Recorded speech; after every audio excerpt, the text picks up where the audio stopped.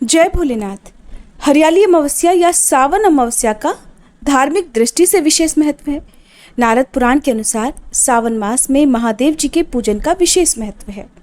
हरियाली अमावस्या पर खास तौर पर भगवान शिव और देवी पार्वती की पूजा करने से उनकी कृपा सदैव बनी रहती है और आज के दिन की गई पूजा पाठ से वे प्रसन्न होकर अपने भक्तों की हर मनोकामना को शीघ्र पूर्ण भी करते हैं।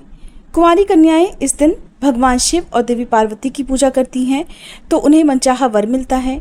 इसके अलावा सुहागिन महिलाओं को अखंड सौभाग्य की प्राप्ति होती है। जिन लोगों की कुंडली में काल सर्प दोष, पितृदोष और शनि का प्रकोप है, वे हरियाली अमावस्या के दिन शिवलिंग पर जलाभिषेक, पंचामृत या रुद्राभिषेक करते हैं तो उन्हें लाभ होता है। इस दिन शाम के समय नदी के किनारे या मंदिर में दीपदान करने का भी विधान है।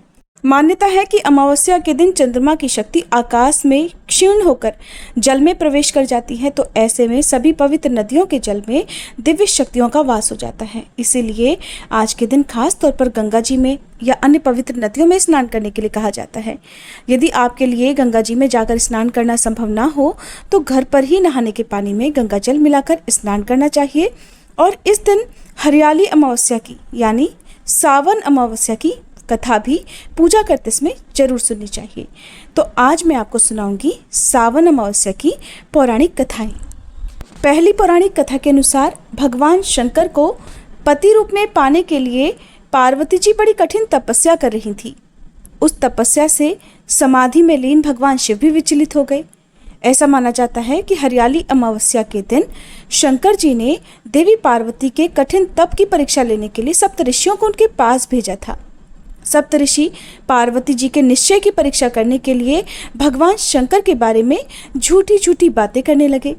सप्तऋषि भगवान शंकर की आज्ञा से उस स्थान पर गए जहां देवी पार्वती कठिन तपस्या में लीन थी।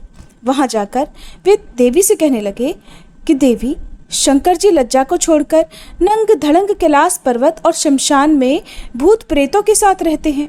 उन्होंने अपने केशों को जटाजूट बना रखा है, कंठ में विष धारण किया हुआ है, मुंड माल पहनते हैं, अंगों में चिता भस्म और सर्प लपेटे रहते हैं, भांग धतूरा खाते हैं, उन्मत्त होकर तांडव नृत्य करते हैं।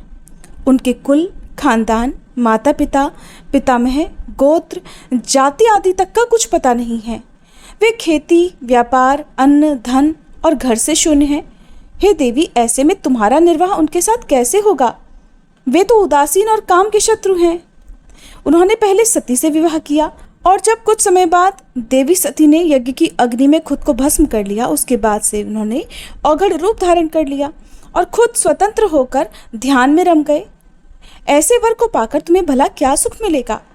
वर के रूप में कुल, धन आदि जो कुछ भी गुण देखे जाते हैं, हे देवी, उन शंकर जी में तो एक भी गुण नहीं है।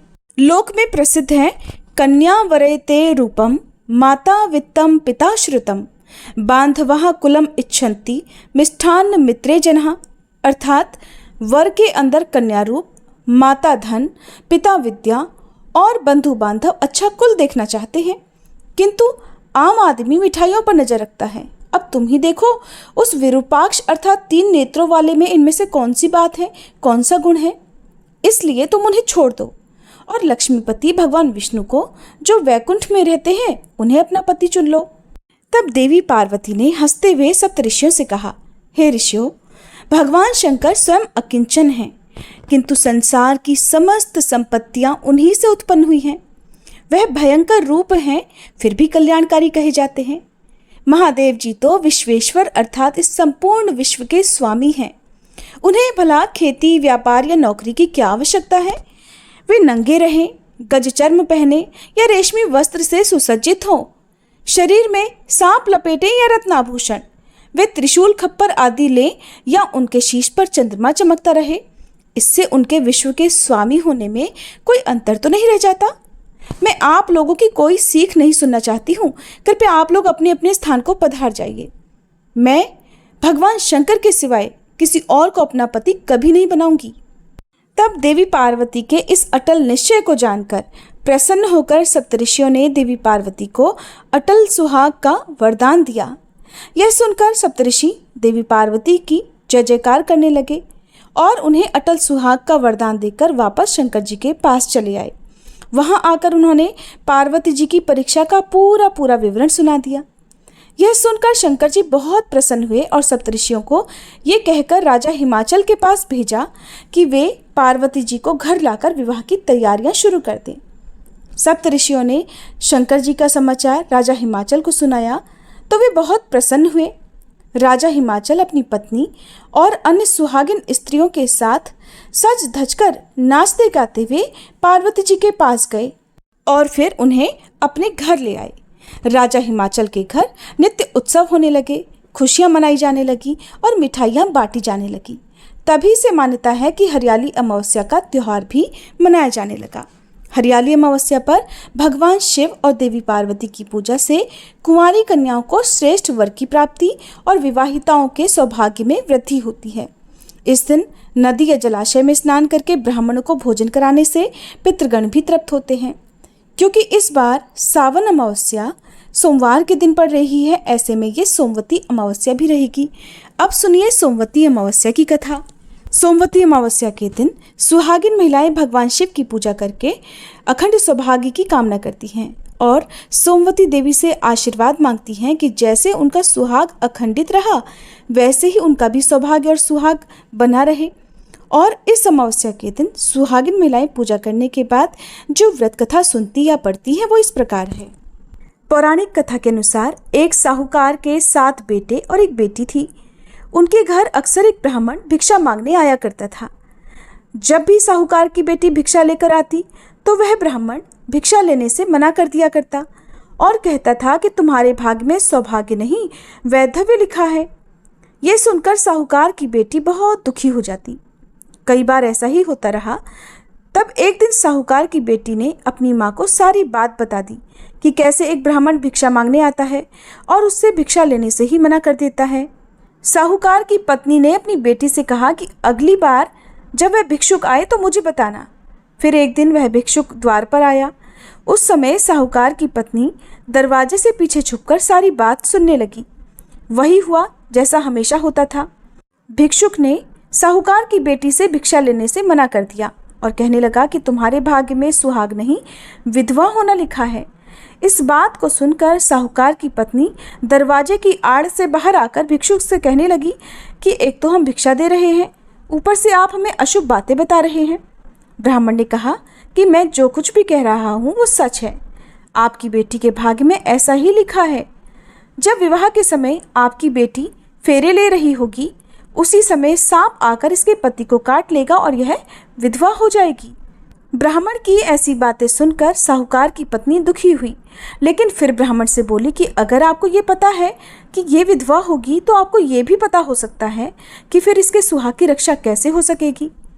साहूकार की पत्नी के ऐसा पूछने पर ब्राह्मण ने कहा कि यहाँ से बहुत दूर पर एक गांव है जहाँ पर एक सोना धोबन रहती है। वह हर सोमवती अमावस्या को व्रत रखती है, इससे उसका सुहाग अटल है।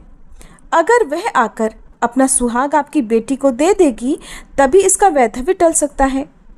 ब्राह्मण की बात सुनकर साहूकार की पत्नी ने ब्राह्मण का धन्यवाद किया और वह सोना धोबन की खोज में निकल पड़ी। एक दिन बहुत तेज धूप के कारण पीपल की छाया में बैठकर आराम कर रही थी। तभी उसने देखा कि एक सांप आया और उस पीपल के पेड़ पर गरुड़ के बच्चों को खाने के लिए चढ़ने लगा। साहूकार की पत्नी ने देखकर उस सांप को मार दिया और गरुड़ के बच्चों की रक्षा की। इतनी ही देर में गरुड़ भी वहां आ गया और देखा कि आसपास खून ही खून फैला हुआ है। गरुड़ को लगा कि साहूकार की पत्नी ने ही उसके बच्चों को नुकसान पहुंचाया है, इसलिए गरुड़ ने चोंच से उस पर हमला कर दिया। लेकिन फिर साहूकार की पत्नी ने किसी तरह उसे रोका और बताया कि उसने तो उसके बच्चों की रक्षा की है। गरुड़ ने जब इस सच को जाना तब कहने लगा कि तुमने मेरे बच्चों की रक्षा की है, इसलिए बताओ कि मैं कैसे तुम्हारी सहायता कर सकता हूँ। साहूकारनी ने तब गरुड़ को बताया कि वह सोना धोबन की तलाश में निकली हुई है, अगर वह उसे वहां तक पहुंचा दे तो बड़ा उपकार होगा। फिर साहूकारनी को गरुड़ ने सोना धोबन के गांव में पहुंचा दिया। सोना धोबन के 7 बेटे और बहुएं थीं, लेकिन बहुओं में घर के काम को लेकर कहासुनी बहुत हुआ करती थी। साहूकारनी को एक उपाय सूझा और वह हर रात जब सभी लोग सो जाते तो सोना धोबन के घर में चुपके से चली जाती और घर का सारा कामकाज करके निकल आती। कई दिनों तक ऐसा ही चलता रहा। तब एक दिन सोना धोबन ने सोचा कि अब मेरी बहुएं आपस में कहा सुनी भी नहीं करती और घर का सारा कामकाज भी हो जाता है। आखिर ऐसा करता कौन है? ये सब जानने के लिए सोना धोबन चुपकर बैठ गई और सब कुछ उसने अपनी आंखों से देख लिया।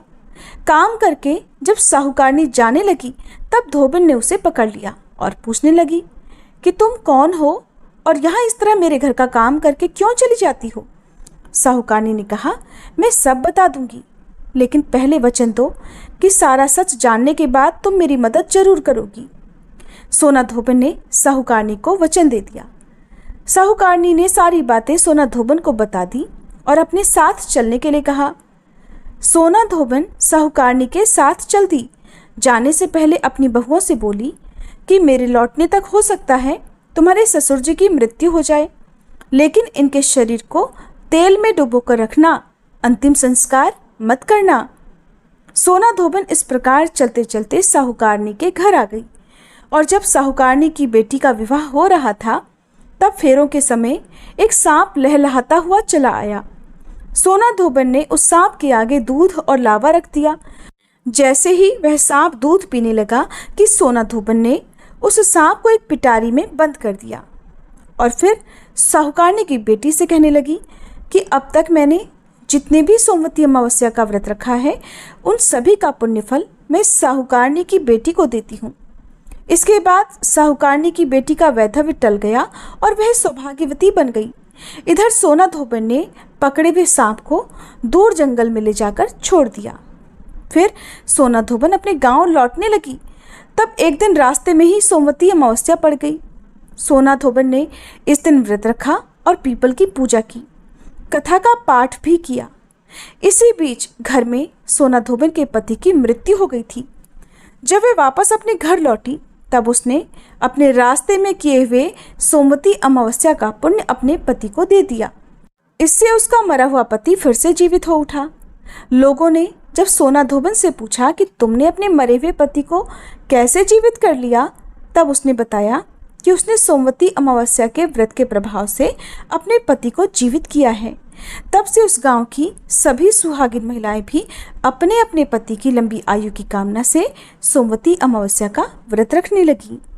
हे अमावस माता, जैसे आपने साहूकारनी की बेटी और सोना धोबन के पति की रक्षा की, जैसे उनका सुहाग अमर किया, इसी तरह इस कथा को कहने सुनने और हुंकारा भरने वाली सभी सुहागिन महिलाओं के सुहाग की रक्षा करना, सभी का सुहाग अटल रखना। प्रेम से बोलिए अमावस माता की जय। उम्मीद है आज की ये कथाएं आपको पसंद आई होंगी। अगर वीडियो अच्छी लगी हो तो लाइक करना मत भूलिएगा। साथ ही आजकल आप हमारे इस चैनल पर सावन मास महात्म्य और शिव महापुराण की कथाएं भी सुन सकते हैं। अगर आपने इन वीडियोस को एक बार भी नहीं देखा है तो प्लीज़ इन कथाओं को भी जरूर सुनिएगा।